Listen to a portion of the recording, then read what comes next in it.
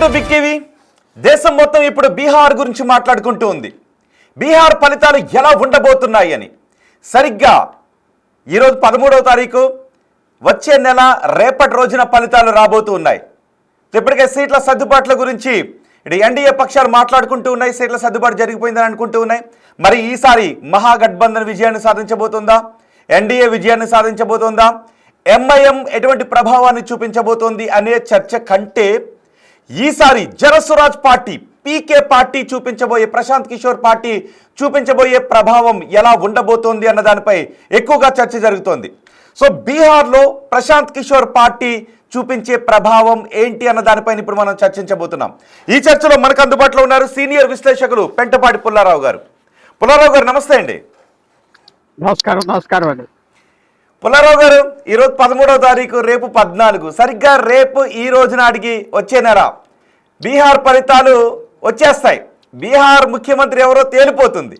So దానికంటే ఎక్కువగా Prashanth Kishore party చూపించబోయే ప్రభావం ఏంటి అన్న దానిపై ఇంకా ఎక్కువ చర్చ జరుగుతుంది. ఎందుకంటే ఎంతోమందిని ముఖ్యమంత్రులు నేనే చేశానని ప్రశాంత్ కిషోర్ ఇప్పుడు చెప్పుకుంటూ ఉంటుంటాడు కాబట్టి. సో బీహార్లో ప్రశాంత్ కిషోర్ పార్టీ ప్రస్తుతం ఎలాంటి ప్రభావాన్ని చూపించబోతుందని మీకు అనిపిస్తోందండి? ఒకటి, ప్రశాంత్ కిషోర్ చాలా పెద్ద పర్సనాలిటీ. ఆయన ముఖ్యమంత్రులకి ఎవరు సాయం చేసినా సారు గీరు అని పిలిచేవాడు కాదు. వాళ్ళ పేరులే. రాహుల్ గాంధీ అయ్యా బాబు లేదు, రాహుల్ అంతే.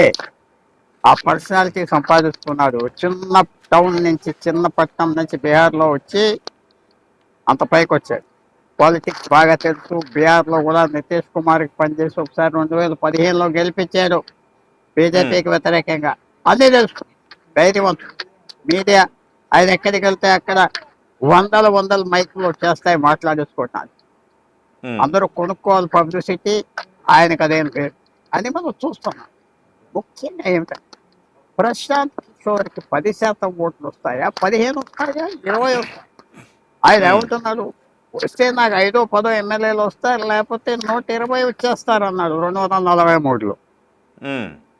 అంటే ప్రజలకి ఇసుకొచ్చేస్తుంది బీహార్లో. అంటే అన్ని చోట్ల ఎవరు చూస్తున్నా మొహాలు, ఆ మొహాలే కదా. 40 సంవత్సరాలు, 50 సంవత్సరాలు వాళ్ళు, వాళ్ళ పిల్లలు, వాళ్ళ మనవాళ్ళు, వాళ్ళ భార్యలు, కొత్త వాళ్ళు ఎవరు రానివ్వట్లేదు కదా రాజకీయానికి. ఇప్పుడు మీరు అందువల్ల బీహార్లో ముఖ్యంగా ఏంటంటే నితీష్ కుమార్ మంచివాడు. నేను ఆయన పెద్ద ఫ్యాన్, పర్సనల్ ఫ్యాన్. చాలా మంచివాడు, ఆనెస్ట్ మ్యాన్, పాలిటిక్స్లో ఉండవలసిన వాడు. కానీ 20 సంవత్సరాలు ముఖ్యమంత్రిగా ఉన్నాడు. ఆయన చుట్టూరా ఉన్నవాళ్ళు వాళ్ళు కాకపోతే వాడు పిల్లల్ని తీసుకురావడం. అలాగే లాలూ ప్రసాద్ గురించి చెప్పక్కర్లేదు. ఆయన 77 నుంచి పాలిటిక్స్లో ఎంపీగా ఉన్నాడు. 89లో ముఖ్యమంత్రి అయ్యాడు. అప్పటి నుంచి బీహార్లో 15 సంవత్సరాలు పరిపాలించాడు. ఆయన భార్య, ఆయన పిల్లలు 6 మంది ఇప్పుడు ఎంపీలు, ఎమ్మెల్యేలు, ఎమ్మెల్సీలుగా ఉన్నారు. ప్రజలు అక్కడ చూసేది ఏంటంటే ఇది ఆప్ చేయాలా వద్దా, మన కులం కులం కులం అని అన్నా అది వెళ్తే వీళ్ళే వస్తారు. లాలు అయినా వస్తాడు, నిర్దేశం. ఆ కులాన్ని ఒక్కరోజు మర్చిపోదాం. ఎందుకంటే కులం పేరు వాడి బీసీలని, ఎస్సీలని, ఓసీలని, ఫార్వర్డ్ అని, బ్యాక్వర్డ్ అని అన్ని పెట్టుకుని మళ్ళీ ఉపయోగించుకుంటున్నారు. 243 మంది ఎమ్మెల్యేలు, 40 మంది ఎంపీలు, ఇంకో 50 మంది, 40 మంది ఎమ్మెల్సీలు, 400-500 మంది ఇక్కడ పరిపాలిస్తున్నారు. పని ఓటు ఈసారి మనం అనుకుంటే ప్రశాంత్ కిషోర్ 10-15% ఓట్లు వస్తాయి. ఎవరు గెలుస్తారు sir?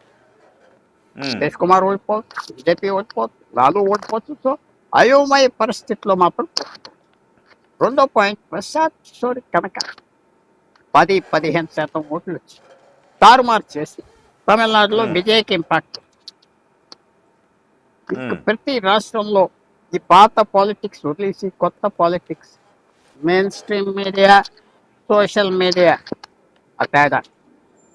Main stream media, YouTube channels వెయ్యి పవర్ఫుల్గా ఉన్నాయి. ఇవాళ యూట్యూబ్ ఛానల్స్ కూడా ఈక్వల్ పవర్ఫుల్గా ఉన్నాయి కదా. అందువల్ల ప్రశాంత్ కిషోర్ ఆయన 10-15% ఓట్లు తెచ్చుకున్నాడా, దేశంలో పెద్ద మార్పు మాత్రం వచ్చింది. కొత్త వాళ్ళు, యువకులు, వాళ్ళు ఇదేంటి వీళ్ళు చేసేది. ఒక్కోడు ముఖ్యమంత్రి వెళ్ళి 50 కార్ల వాడి కాన్వాయ్లో ఎవరు బాబు సొమ్ము పడుతున్నారు, ఈ ప్రైవేట్ ప్లేన్లో ఇట్లో వచ్చినట్టు తిరిగేస్తున్నారు, ఖర్చు పెడుతున్నారు, కరప్ట్ ఫెలోస్, ఎక్కడ ఎవరు ఎడ్లు పడుకోలేవో, అన్ని రాష్ట్రాల్లో ఇదే ప్రాబ్లం. ఉమ్, సో ప్రశాంత్ కిషోర్ ఆఖరికి ఆయన చేసిన ఉద్యోగం ఏంటి? గత 12 సంవత్సరాలు ఈ డబ్బు ఉన్న వ్యూహకర్త. వాళ్ళకి డబ్బు ఖర్చు పెట్టి అలా ముఖ్యమంత్రులు చేసేది, అంతే కదా. అవును పుల్లారావు గారు, ఇక్కడ ఒక డౌట్ వస్తుంది. ఇంతమందిని ముఖ్యమంత్రిని చేసేటప్పుడు, వ్యూహకర్తలుగా వ్యవహరించేటప్పుడు ఆయా రాష్ట్రాల్లో విపరీతంగా డబ్బును ఖర్చు పెట్టించాడు. సో ఇప్పుడు ప్రశాంత్ కిషోర్ అక్కడ అంత స్థాయిలో డబ్బు ఖర్చు పెట్టగలుగుతాడా? ఖర్చు పెడతాడా? అక్కర్లేదు. అతనికి అంత డబ్బు, అతనికి నడిపించుకోవటానికి బండిని డబ్బు ఉన్నది, ఉమ్, ఫ్రీ మీడియా ఉన్నది. ఫ్రీ మీడియా, మిగతా వాళ్ళు యాడ్స్ ఇవ్వాలి, సోషల్ మీడియాకి వెళ్ళాలి. ఇతర రోజు కూర్చుంటే 100, 200, 300, 400 ఛానళ్ళలో వస్తున్నాడు మెసేజ్, వెళ్ళిపోయిన అన్ని చోట్లకి, వాట్సాప్లో, సోషల్ మీడియాలో. అందరు నేను ఇందాక చెప్పేది, ఇతనికి ఓటేస్తే నష్టం ఏంటి ఉమ్, ఆలోచిస్తారు. అది అందరు చేస్తున్నారే కాదు, 10-15% చేస్తే ఫినిష్ అయిపోతారు ఉన్న రాజకీయ పార్టీ. ఉమ్, ఈ జబ్బు కోవిడ్ లాంటిది, ఎవరు ఆప్ చేయలేరు. ఉమ్, కోవిడ్ లాంటిది. ప్రశాంత్ కిషోర్ సక్సెస్ మీద భారత్ రాజకీయం ఫ్యూచర్ ఆడతారు.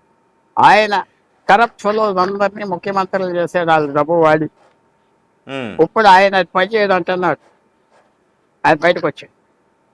సో ఉమ్. బీహార్ ఎలక్షన్స్ చూసేది ఏంటంటే, కొత్త పాలిటిక్స్ వస్తాయా ప్రశాంత్ కిషోర్, ఉమ్, కొత్త పార్టీలు వస్తాయా, ధైర్యంగా కొంచెం చారిస్మా ఉన్న వాళ్ళు, సినిమా స్టార్స్ అనుకోండి, ఈ మీడియా పీపుల్ అనుకోండి, ఎవరైనా బయటకు వస్తారంటే బీహార్లో బయటకు వస్తున్నారు, చాలా మంది బయటకు వస్తున్నారు, చాలా అంటే క్యాండిడేట్స్. బీహార్లో నిజంగా కొత్త వారిని కోరుకునే అంత చైతన్యం ఉంటుందంటారా? ఇప్పటి వరకు వ్యూహకర్తగా ఉన్నాడు అంటే బ్రహ్మాండమైన ఉన్నది. కొత్త వారిని కోరుకోవడం కాదు, 10 ఓటర్లో ఒక్కరైనా కోరుకుంటాడా లేదా, అది ప్రశ్న. ఓకే. 10 ఓటర్లు ఒక్కరు కోరుకుంటే గెలిచేవాడు ఓడిపోతాడు, ఓడిపోయేవాడు గెలుస్తాడు. జ్ఞాపకం పెట్టి తారుమారు అయిపోతాది. ఎవరు గెలిచినా తారుమారు అక్కడ రాజకీయం అయిపోతాయి.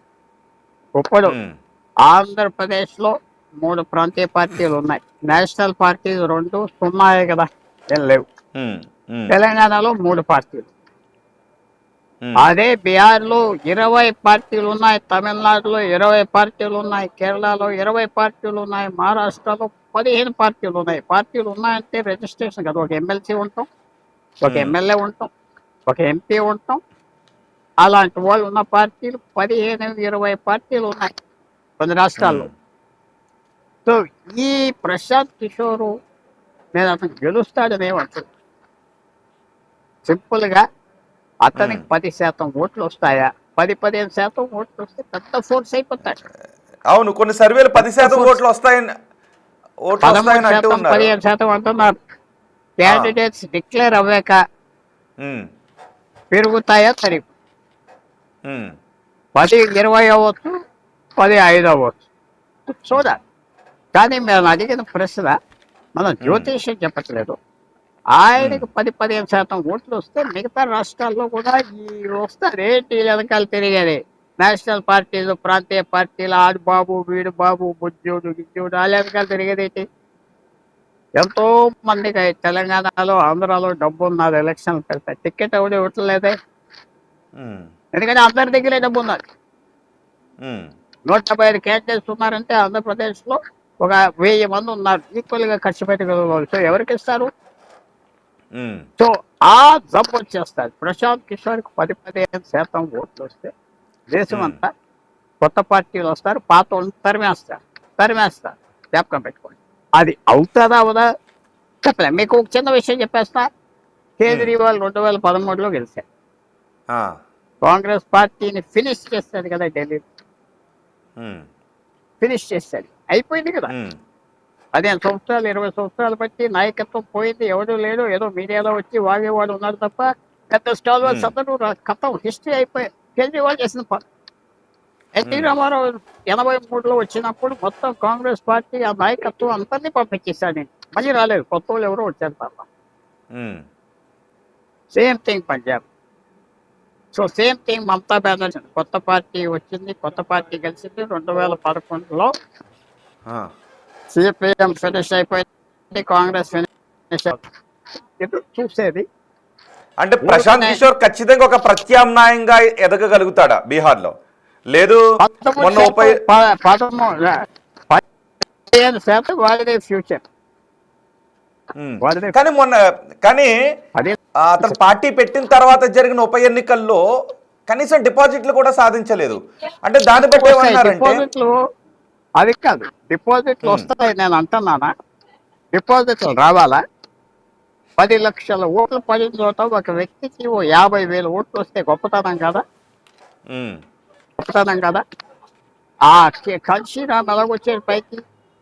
420 ఉమ్, అప్పుడు యూపీలో పెట్టి 5% ఓట్లే వచ్చింది. అన్ని చోట్ల డిపాజిట్లు పోయినాయి. కానీ వాళ్ళ దగ్గరికి అందరు పరిగెత్తి వచ్చారు. నాతో అలయన్స్ ఉమ్, పెట్టుకోని ములాయం వచ్చి పవర్ ఇచ్చాడు. ఉమ్, సో ప్రశాంత్ కిషోర్ డిపాజిట్లు రాలేదు. డిపాజిట్లు ఎందుకు వస్తాయి? 15 లక్షల ఓట్లు పడినప్పుడు నాకు 70,000, 80,000, 1,00,000 ఓట్లు వస్తే చాలుదా? చాలా గొప్ప ఉమ్, కదా. అందువల్ల మీరు అలా ఆ లెక్కలు అదంతా పాత లెక్క మెయిన్ స్ట్రీమ్కి అలవాటు పడిపోయి మీరు చెప్తున్నారు డిపాజిట్ ఉమ్, రాలేదా అడిగాను. డిపాజిట్ అక్కర్లేదే వాడు. నేను ఏమన్నా 10% ఓట్లు వస్తే మీ డిపాజిట్ పోతాయి. ఆ, 16% ఓట్లు కావాలి. ఉమ్, 10% ఓట్లు ప్రశాంత్ కిషోర్ తీసుకుంటే ఉమ్. నితీష్ కుమార్ అవుతాడా పోతాడా చెప్పలేం. మోడీ అదే ఎవరు పోతారు? అది ఏ మహాగఠబంధన్ కి గుదిబండగా మారుతుందా, నేను ఎన్డీఏకి గుదిబండగా అనుకుంటున్నా మారుతుందా? నేను అనుకుంటున్నా మహాగఠబంధన్కి హెల్ప్ అవుతాడు ప్రశాంత్ కిషోర్. హెల్ప్ అవుతాడా? హెల్ప్ అవుతాడు. ఎందుకంటే మహాగఠబంధన్కి ముస్లింలు 20% వేస్తారు. వాళ్ళు ఇవన్నీ ఏం చూసుకోవట్లేదు. వాళ్ళు గడవ ఆల్రెడీ ఉమ్, ఈ యాదవ్లో కొంతమంది వేస్తారు. ఆ యాదవ్లో కూడా మొహమ్మద్ తీసేది లాలూ ప్రసాద్ యాదవ్ ఏంటి వీడికేనా అని, మిగతా వాళ్ళు లేరా అని. ఉమ్, కానీ వాళ్ళకే బెనిఫిట్ వస్తుంది. ప్రశాంత్ కిషోర్ వల్ల ఉమ్, లాలూ ప్రసాద్ యాదవ్. కానీ ఒకటి 2020లో ఉమ్, 2025 బీహార్ ఓటర్లు చూస్తే 20% తేడా ఉన్నది. కొత్త ఓటర్లు వచ్చారు. ఉమ్, వాళ్ళకి ఎలాగున్నది? మనకి ఏంటి? ఉమ్, వీళ్ళేంటి ప్రైవేట్లలో తిరుగుతున్నారు, బాగా తిరుగుతున్నాడు లాలు కొడుకు, లేకపోతే నితీష్ చుట్టూరా దొంగలు ఉన్నారు.